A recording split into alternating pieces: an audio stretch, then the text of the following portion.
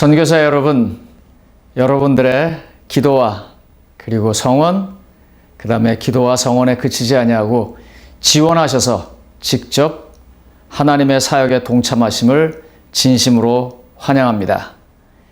이 시대에 걸맞게 이름도 아주 예쁜 디지털 선교사 여러분, 하나님의 축복이 여러분들에게 한 번도 빠짐없이 풍성하게 임하셔서 그 축복을 이 시대에 맞는 아주 적절한 도구로 다 나눠주는 하나님의 선교사가 되기를 바랍니다. 저는 꽤 오랫동안 선교사들과 일을 하였습니다. 그런데 제가 이 외국에서 온 선교사들과 일할 때 늘 아쉬웠던 점이 하나 있었어요. 그것은 다른 것이 아닌 그 외국에서 오신 선교사님들의 선교지에 대한 고정관념이었었습니다. 아시는 것처럼 저는 외국어 학원에서 외국어를 가리키면서 전도하는 일을 오랫동안 했습니다. 제 삶에서 아주 자랑스러운 부분이고 또 특권이기도 한 부분입니다. 그래서 이제 영어를 하시는 분, 일본말을 하시는 분, 중국말을 하시는 분, 이런 분들이 오셔서 각각 자기의 언어로 복음을 전하는 일을 하는데 그때마다 그분들이 하시는 말씀이 있어요. 그분들 마음속에 뭔가 있는 거예요. 뭐라고 말하냐면, 파스토, 여기 고아원이 어디 있느냐고. 에? 여기 양로원이 어디 있느냐고. 그래서 아니 거길 왜 가려고 그러냐고 그랬더니, 그래도 내가 선교사로 왔는데 고아원에 가서 고아도 좀 돕고 양로원에 가서 무이탁 노인도 도와야 되는 거 아니냐고. 제가 그때 사실 조금 아마 국수주의적인 입장에서 자존심이 상했어요. 그래서 제가 이렇게 얘기했어요. 선교사님, 대한민국은 이미 그런 것은 정부에서 또 지역의 공동체에서 잘 섬깁니다. 그러니 거기까지 안 가셔도 됩니다. 오히려 여기서 더 잘해주시면 고맙겠습니다. 그랬어요. 그랬더니 그분들이 그러니까 저 사람들은 영어나 배우러 왔고 중국말이나 배우러 왔지 내가 어떻게 선교사를 하느냐고. 제가 그 당시 그렇게 일할 때 한국에 재림교회 일반적인 현황이 이랬습니다. 제가 외국어 학원 교회, 그러니까 학원과 교회가 같이 있었습니다.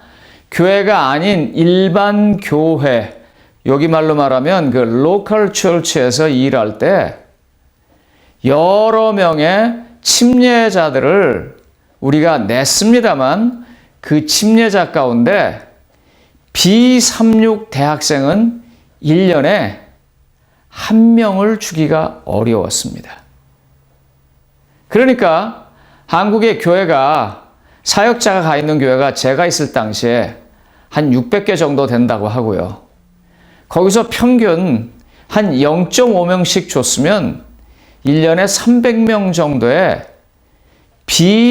비재림교회 대학, 그러니까 36대학을 제외한 일반 대학의 학생들에게 1년에 한 300명 정도의 침례자를 냈다고 보시면 됩니다. 아마 그거보다 모자랄 것입니다. 왜냐하면 전 그 당시에 서울에 있었고 서울엔 그나마 학생이 있었으니까요. 지방은 더 하거든요. 그런데 그때 이 외국학원 교회에서 1년에 침례를 그 대학생들에게 300명 이상을 냈습니다. 그리고 꼭 대학생이 아니더라도 제가 섬기던 그 외국학원 교회에는 청와대에서 나오신 분들, 국회에서 나오신 분들, 대통령 경호실에서 나오신 분들, 삼성이나 현대나 그때는 대우도 있었습니다. 대우 같은 소위 한국의 초인류 대기업의 회사원들, 그것이 아니더라도 그 사회에서 엘리트에 해당하는 많은 사람들이 언어를 배우기 위해서 왔습니다. 저는 그때 선생님들에게, 그 선교사님들에게 이렇게 말했어요. 여러분들의 선교지는 거기가 아니고 바로 여기라고. 성실하게 그분들과 대하고 진심으로 가르치다가 그분들이 당신은 왜 그렇게 진실합니까? 당신은 왜 우리를 이렇게 사랑해 주십니까? 라고 물을 때, 그때 내 안에 계신 예수 그리스도 때문이라고 말해주는 것이 진정한 선교사입니다. 제가 그렇게 말을 많이 했어요. 제가 요즘 공부하는 게 있어서 선교학을 공부하고 있습니다. 여러 유명한 선교학자들의 글을 읽는데 거기에서 공통적으로 나오는 얘기가 이거예요. 많은 사람들이 선교하고 선교자면 꼭 자기 나라가 아닌 외국만 생각한다는 거예요. 잘 사는 나라가 아닌 못 사는 나라만 생각한다는 거예요. 그 책의 논점은, 그 학자들의 공통적인 관념은 그것입니다. 선교제는 이제 그렇게 구분하는 시대가 지났다고 하는 것입니다. 성경 말씀에 이르기를 너는 때를 얻든지 못 얻든지 하나님의 말씀을 증거하라 그랬어요. 여기서 때를 얻든지 못 얻든지라는 말은 시간만을 말하는 게 아닙니다. 어떠한 상황에서라도 복음을 전하라고 하는 것입니다. 정말 어떤 사람들이 그렇게 말해요. BCAC라고 그래요. Before Corona, After Corona. 코로나 이전 시대와 코로나 이후 시대로 세상이 바뀐다고 그러고 우리는 그 아주 엄청난 터닝 포인트에 지금 있어요. 이런 세상이 없었거든요. 전 세계적으로 신자유주의에서 모든 경제들이 다 세계화로 묶여 있을 때 전 세계를 한순간에 잘라놓는 이런 시간이 없었어요. 스페인 독감이 있을 때도 이렇지 않았고요. 과거에 유럽에서 패스트가 있었을 때도 이렇지 못했습니다. 오늘날 사람들이 다 스스로를 끊어버리고 격리된 속에서 살아가 있으면서 얼마나 외롭고 얼마나 힘들고 얼마나 답답할까요? 복음은요, 그런 사람들을 위한 것이고 지금 여러분들처럼 디지털이라고 하는 현대의 기기를 가지고 그걸 도구로 해서 하나님의 복음을 전할 수 있는 사람에게 한 사람이라도 더 전한다는 것은 때를 얻든지 못 얻든지 하나님의 말씀을 증거하라는 명령을 수행하는 것입니다. 이 선교학에서 두 번째로 이야기하는 부분이 이 부분입니다. 선교는 선교사가 먼저 하는 게 아니래요. 선교는 하나님이 먼저 하시는 것을 선교사가 동참하는 거래요.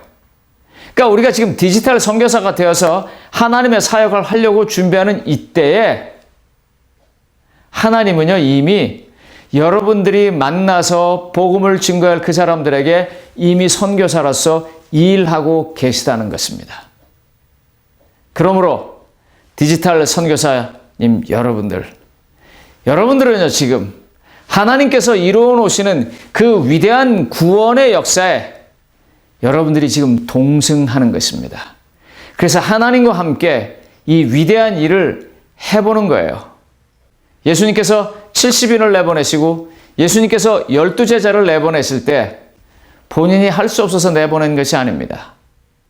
본인이 하는 그 위대한 일들을 함께 나눠보려고 했죠. 70인이 돌아와서 뭐라 그랬던가요? 주님, 저희가 명하니 귀신이 물러갔고 주님, 저희가 기도하니 병이 나았습니다. 그때 그분들의 마음이 어땠을까요? 하나님의 능력으로 힘들고 어렵고 연약한 사람들을 도와주고 짐을 내려주고 강건하게 해줄 때 오는 그 기쁨. 하나님은요, 그런 것을 그분들과 같이 나누고 싶어서 때로는 12사람으로 제자라 하여 때로는 70인으로 제자라 하여 보내셨던 것처럼 오늘 하나님은 디지털 선교사 여러분들께 똑같은 구원의 기쁨을 드리고자 초청한 것입니다. 여러분들이 가고자 하는 그 길에 이미 하나님이 가 계십니다. 하나님이 다 역사하십니다. 그래서 우리는 그 역사해 놓은 뒷자리를 따라가면서 그 해놓은 것들을 바라보고 감탄하고 해놓은 것들을 바라보고 감사하면서 하나님의 역사로 인하여 하나님께 찬양을 돌리는 그런 경험을 하시게 될 것입니다. 성령 하나님의 감화와 감동, 그리고 권능 주심이 디지털 선교사님 한 분 한 분에게 빠짐없이 풍성하게 임하시기를 바라면서 여러분들에게 드리는 환영의 인사를 마치겠습니다.